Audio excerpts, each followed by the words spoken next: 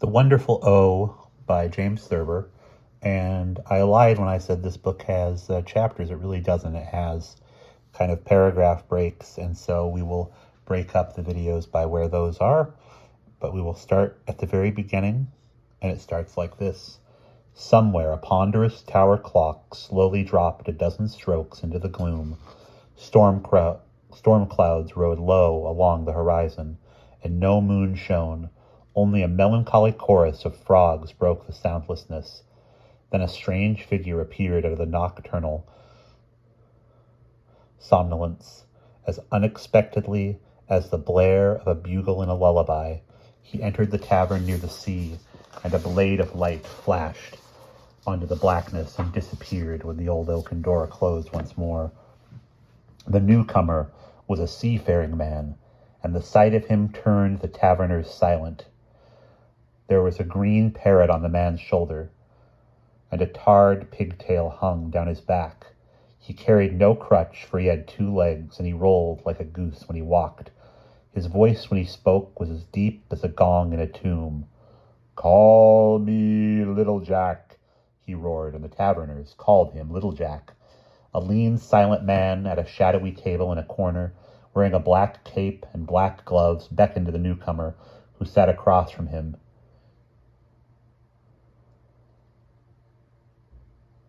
"You look like a man with a map," whispered the man in black. "I am a man with a map," boomed Little Jack. "It is a map of a far and lonely island, rich with jewels, sapphires, emeralds, and rubies. I seek a man with a ship." "I am a man with a ship," said the man in black. "And a crew to man her?" "And a crew to man her." "Are you a man with a name?" asked Little Jack. "I am a man named Black," said the man named Black.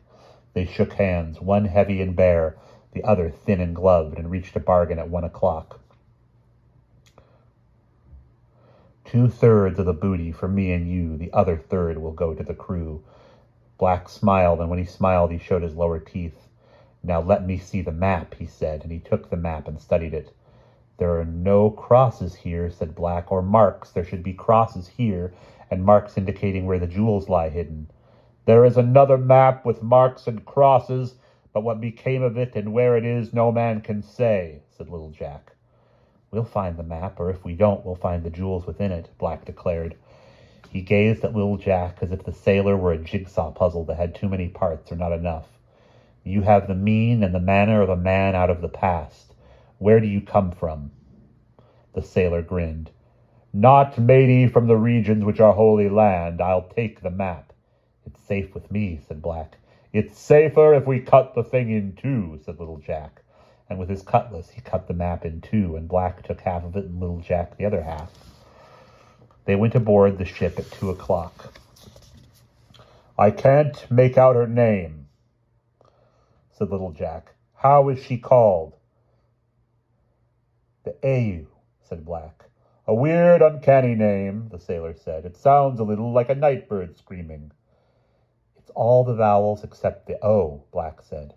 "I've had a hatred of that letter ever since the night my mother became wedged in a porthole. We couldn't pull her in, so we had to push her out." He shuddered and his eyes turned hard. "What is the name of the island?" he asked, shaking off the thought of O. "Uru," said Little Jack. And once more the other shuddered. "I hate the name," he said at last. "It sounds like the eyes of a couple of ghosts leaning against an R. I speak O words myself, so I can spit them out." Something screamed. "A night bird," whispered Black. "The sailors say it's my mother. Let's go below. I've got a cabin full of rum." And we will pause there.